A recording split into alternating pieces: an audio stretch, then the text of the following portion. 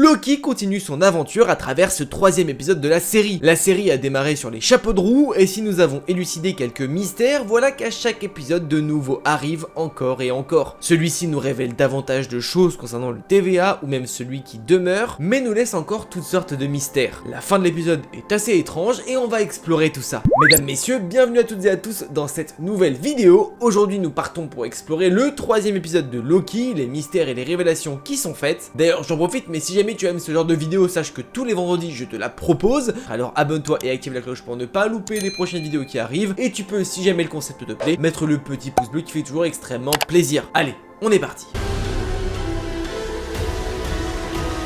L'un des plus grands mystères de cette série est le TVA. Cette organisation a été mise en place dans la première saison de Loki comme étant une organisation indispensable au bien de l'éternel flux temporel. Mais en vérité, nous en savons pas vraiment beaucoup sur cette entité. Nous connaissons les membres qui y travaillent avec les agents Mobius, B15, X5, Ravonna par le passé ou encore Loki, une manière d'opérer qui leur a été transmise, réduire à néant les branches qui ne sont pas censées exister pour éviter de nuire à l'éternel flux temporel. Depuis leur création, ils ne connaissent que ça, et que cette manière d'opérer. Loki est arrivé et a tout chamboulé leurs connaissances et leurs croyances. Mais dans le fond, tout comme eux, nous ne connaissons pas vraiment la réelle identité du TVA et quelles sont la réelle motivation de pourquoi le TVA est ici aujourd'hui. Nous avons appris récemment que cette dernière avait été créée par celui qui demeure et qu'il était accompagné de Ravonna. Nous apprenons peu à peu leur réel intérêt, leur ambition et surtout les mystères qui gravitent autour. Dans quel camp se range le TVA? Leur but est-il vraiment noble? Toutes ces choses n'ont pas encore de réponse. Mais nous l'avons vu, cette saison 2 de Loki devrait nous ouvrir les yeux concernant cette organisation et nous devrions revenir à la base de tout sur le commencement et le déroulement du Time Variance Authority. Mais il se pourrait très fortement que le TVA, tout comme le disait celui qui demeure ou l'a répété Loki plus récemment, soit en fait indispensable au bien-être du multivers. Il faut tout simplement trouver une manière d'agir différente et d'instaurer la paix plutôt que d'anéantir des vies. Ce sera d'ailleurs très certainement le rôle de Loki que d'accompagner le TVA à une mise à jour 2.0 et à une refonte complète de leurs principes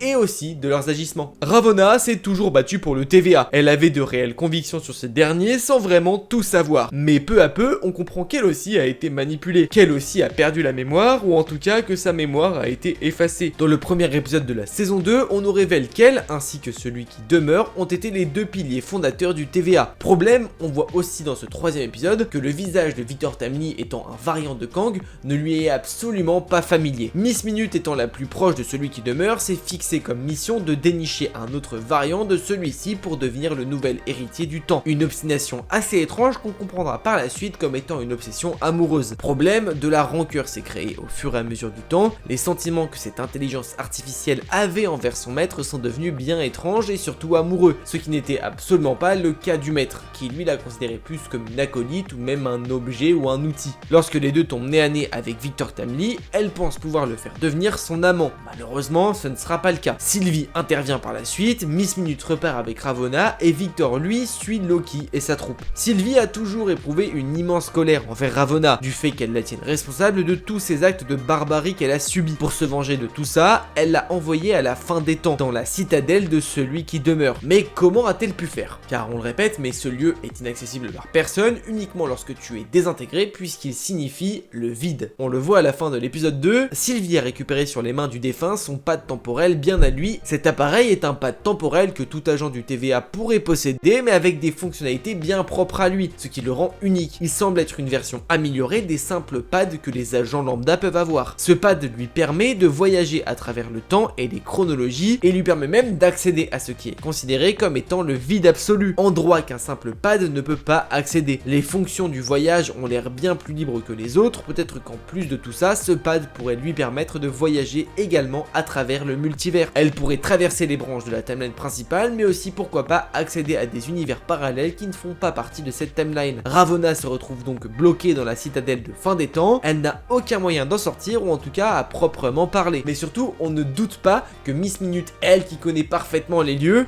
n'ait pas une petite idée derrière la tête pour se sortir de tout ce pétrin. Et qu'avec l'aide de Miss Minute, elle pourrait sortir de cette citadelle qui tombe en ruine. Mais d'ailleurs, pourquoi cette citadelle tombe en ruine? Et depuis combien de temps l'est-elle? On le comprend via l'effondrement de la citadelle et le désagrément du corps de celui qui demeure qu'un petit laps de temps s'est écoulé entre sa mort et leur arrivée. Si on prend du factuel, le corps humain se décompose complètement en à peu près un mois. Là, on voit encore un peu de peau, une couleur pas très belle et on en voit quasiment les os à certains endroits. Donc je fais pas partie de la police scientifique, mais au vu de mes recherches et des indications, le corps devrait avoir environ 2 semaines et demie, 3 semaines. Si jamais vous recrutez, je suis là. Après, autre indication, on sait que le temps ne fonctionne pas pareil au TVA et même du coup au sein du vide. Mais cela n'empêche en rien que le corps s'est désagrégé et qu'on peut estimer tout de même une petite durée. Mais alors pourquoi la citadelle s'effondre-t-elle? Puisque lorsqu'on l'a quittée, elle était en parfait état. Lors de notre première visite dans le final de la première saison, les lieux étaient impeccables. Donc c'est pas en 2-3 semaines qu'un lieu devient en ruine. On pourrait penser à un groupe d'individus qui auraient saccagé le lieu. Mais en soi, les livres ou différents objets qui étaient dans son bureau sont encore là et n'ont pas été volés. Donc saccager pour rien voler, c'est assez étrange. Donc selon moi, cette hypothèse-là n'est pas vraiment à prendre en compte. En revanche, pour moi, la citadelle se désagrège à la vitesse du multiverse. La citadelle de fin des temps est celle qui gardait la timeline principale intacte et qui permettait à l'éternel flux temporel d'être stable. Le gardien et le lieu sont connectés à ce flux-là. Le gardien meurt et c'est ce qui cause l'explosion de l'éternel flux temporel et l'explosion de ce flux-là impacte le lieu de vie de l'ancien gardien. En gros, le lieu et le flux sont connectés, plus le flux se multipliera et donc mènera à la guerre multiverselle, plus la citadelle tombera en ruine. Les trois sont selon moi complètement connectés. Et je trouve que c'est d'ailleurs la meilleure explication possible à ce désagrément. Peut-être que Miss Minute, qui a l'air d'en savoir énormément, pourra nous confirmer cette théorie. D'autant plus qu'elle n'a pas vraiment l'air surprise de l'état des lieux. Miss Minute cache en effet plutôt bien son jeu. On le voit dans l'épisode, mais elle a en fait un rôle bien plus important qu'on ne le pensait. En plus d'être une simple intelligence artificielle, elle est dotée d'une véritable conscience et de véritables sentiments. Celle-ci est là depuis bien plus longtemps que la plupart des gens et est au courant du moindre secret que le TVA a pu avoir ou même que celui qui demeure avait. L'épisode se termine sur un énorme cliffhanger où nous apprenons que Miss Minute, en colère, connaît tous les secrets de celui qui demeure et même avec ses plus sombres côtés. Elle indique à Ravonna qu'elle va pouvoir lui dévoiler des secrets qui la rendront extrêmement furieuse. Mais alors, quels sont ces secrets? Nous, en tant que spectateurs, on peut se douter de certaines choses. Ravonna, ne se rappelant pas de son passé, devrait avoir quelques éclairages le concernant et potentiellement surtout ce que lui a fait subir celui qui demeure. Renslayer pourrait, après ces révélations, avoir une profonde colère envers lui, mais aussi sur tous ses variants étant pour elle les mêmes personnes. Victor pourrait donc être une victime potentielle de la colère de Ravonna et Miss Minute. Pourquoi pas voir une Ravonna furieuse, voulant détruire le TVA et chasser de nombreux variants de Kang à travers les chronologies différentes. Peut-être tombera-t-elle sur un variant de Kang bien plus fort que ceux que nous connaissons, qui mettra fin à sa vie. Le cas Renslayer est donc à suivre de très près. Mais elle n'est pas seule. Forcément, l'élément le plus attendu de cet épisode était le retour d'un des variants de Kang. On fait la découverte de celui qui nous a été teasé dans la scène post-générique d'Ant-Man 3, Victor Timely. Si ce dernier n'était peut-être pas du tout destiné à devenir passionné du temps et de devenir un passionné du TVA et un potentiel successeur au trône laissé vacant depuis le décès du gardien du temps, mais on le voit à travers certaines expressions faciales ou même comportements, Timely n'est pas un demeuré ou un inconscient de ce qui se produit. Bien au contraire, lorsqu'il jette par-dessus bord Ravonna, son regard et sa façon d'être sont loin de paraître totalement innocentes. À voir ce que cache ce bon vieux Victor, mais il se pourrait que les prochains épisodes soient riches en nouvelles révélations, mais aussi plus ça va, plus on s'approche du final de la série. Un final qui risque de mettre à mal le multivers encore plus qu'il ne l'était. Peut-être que d'autres variants de Kang pointeront leur bout de leur nez avant la fin de la série, peut-être aurons-nous des réponses à nos questions concernant le TVA et quant à son existence et à sa création, mais aussi sur le futur de nos héros. Bon, et bien sincèrement, je pense avoir fait le tour de toutes ces révélations sur cet épisode ou toutes les potentielles théories qui pourraient arriver par la suite. S'il y a d'autres choses qui te paraissent encore assez mystérieuses, n'hésite pas à m'en faire part en commentaire, je répondrai à ça si jamais j'ai une réponse à apporter. Alors n'hésite pas, tu peux bien sûr t'abonner à la chaîne YouTube si tu n'es pas encore abonné pour ne louper aucune des prochaines vidéos, et pour être à l'heure, tu peux même activer la cloche, comme ça au moins tu sais quand est-ce que tout sort. Tu peux aussi liker cette vidéo, ça fait toujours extrêmement plaisir. On se dit à très vite pour une prochaine vidéo.